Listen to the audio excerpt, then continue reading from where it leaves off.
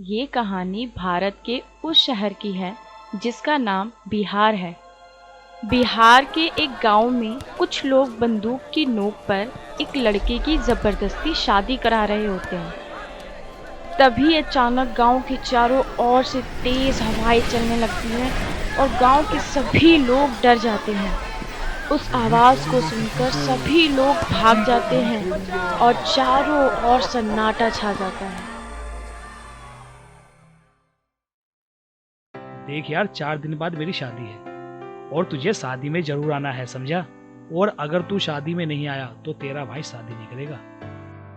अबे हाँ, तू मेरी टेंशन मत ले, मैं तेरी शादी में जरूर आऊंगा। तू बस शादी की तैयारी कर। माँ, मैं कुछ दिनों के लिए बिहार जा रहा हूँ। क्यों बेटा, कोई काम है क्या वहाँ? मेरे दोस्त की शादी है माँ, इसलिए जा रहा हूँ। माँ, वो मेरा सबसे अच्छा दोस्त है और उसने मुझसे कहा है कि अगर मैं शादी में नहीं आया तो वो शादी नहीं करेगा, तो इसलिए जाना होगा माँ। ठीक है बेटा, जाओ, लेकिन अपना ख्याल रखना।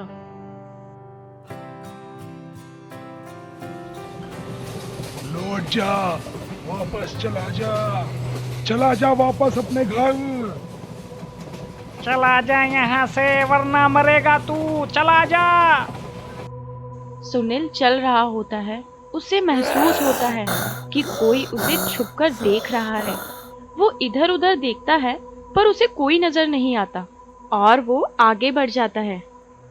सुनील उस पागल की बातों को अनसुना करके आगे बढ़ता है और स्टेशन के बाहर गाड़ी का इंतजार करता है। तभी अचानक उस पर कोई हमला करता है और वो बेहोश हो जाता है।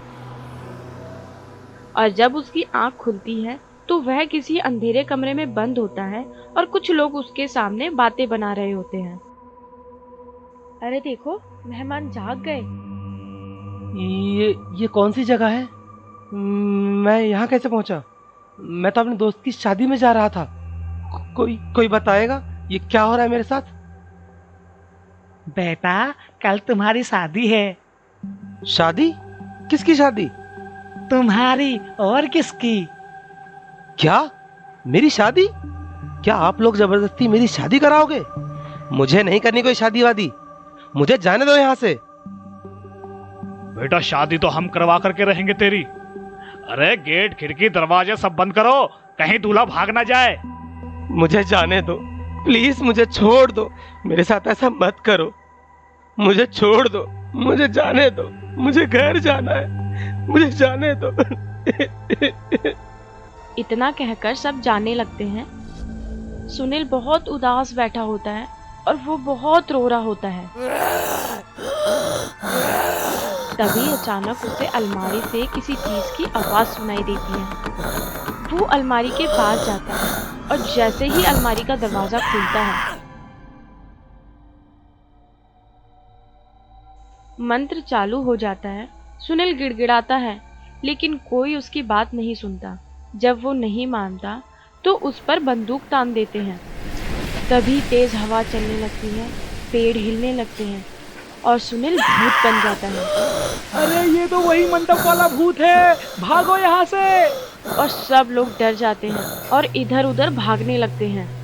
अरे बचाओ बचाओ बचाओ। नहीं छोड़ूंगा किसी को नहीं छोड़ूंगा। तभी लड़की का बाप उसके सामने गिड़गिड़ाता है और बोलता है, भूत भाई साहब, ये शादी होने दो, भगवान के लिए ये शादी होने दो। बिल्कुल नहीं, जो तुम लोगों ने मेरे साथ किया मैं वो किसी और के साथ नहीं होने दूंगा। क्या बिगाड़ा इन लोगों ने तुम्हारा, जो तुम गांव में आने वाले लोगों के साथ ऐसा करते हो? मैं यहाँ अपने दोस्त की शादी में आया था, मुझे जबरदस्ती अगवा किया गया और मेरी भी शादी इसी तरह जबरदस्ती मेरी मर्जी के बिना करने लगे। और जब मैंने उनकी बात नहीं सुनी तो मुझे मार दिया। आखिर क्यों? क्या बिगाड़ा था मैंने तुम्हारा जो तुम लोगों ने मुझे मार दिया?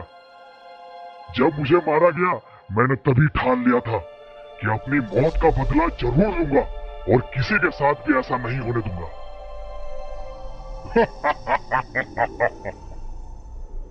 आज तुम लोगों की शादी मैं करवाऊंगा, पर यहाँ नहीं, नर्कलोक में।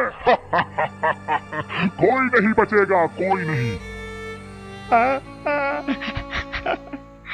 तो हम गरीब क्या कर, इस समाज में बिना दहेज के शादी कोई नहीं करता, और अपनी बेटी की शादी ऐसे ना करवाए तो क्या करें। हम मजबूर हैं ऐसी शादी कराने के लिए। कोई इंजीनियर से शादी कराओ तो 10 लाख रुपए दहेज मांगता है, किसी सरकारी अफसर से शादी कराओ तो वो 2.5 लाख रुपए 3 लाख रुपए मुंह खोल खोल के पैसा मांगते हैं। कहाँ से लाए दहेज देने के लिए इतना पैसा। अगर बिना दहेज के शादी हो भी गई तो शादी के बाद ये दहेज के लालची लोग उस बच्ची को प्रताड़ित करते हैं। बेचारी बच्ची के पास मरने के सिवा कोई सहारा नहीं होता। अगर वो बेचारी अपने घर पे नहीं बोलती तो उसे जिंदा जला देते हैं, मार देते हैं। कहाँ से लाए इतना पैसा, आप ही बताइए।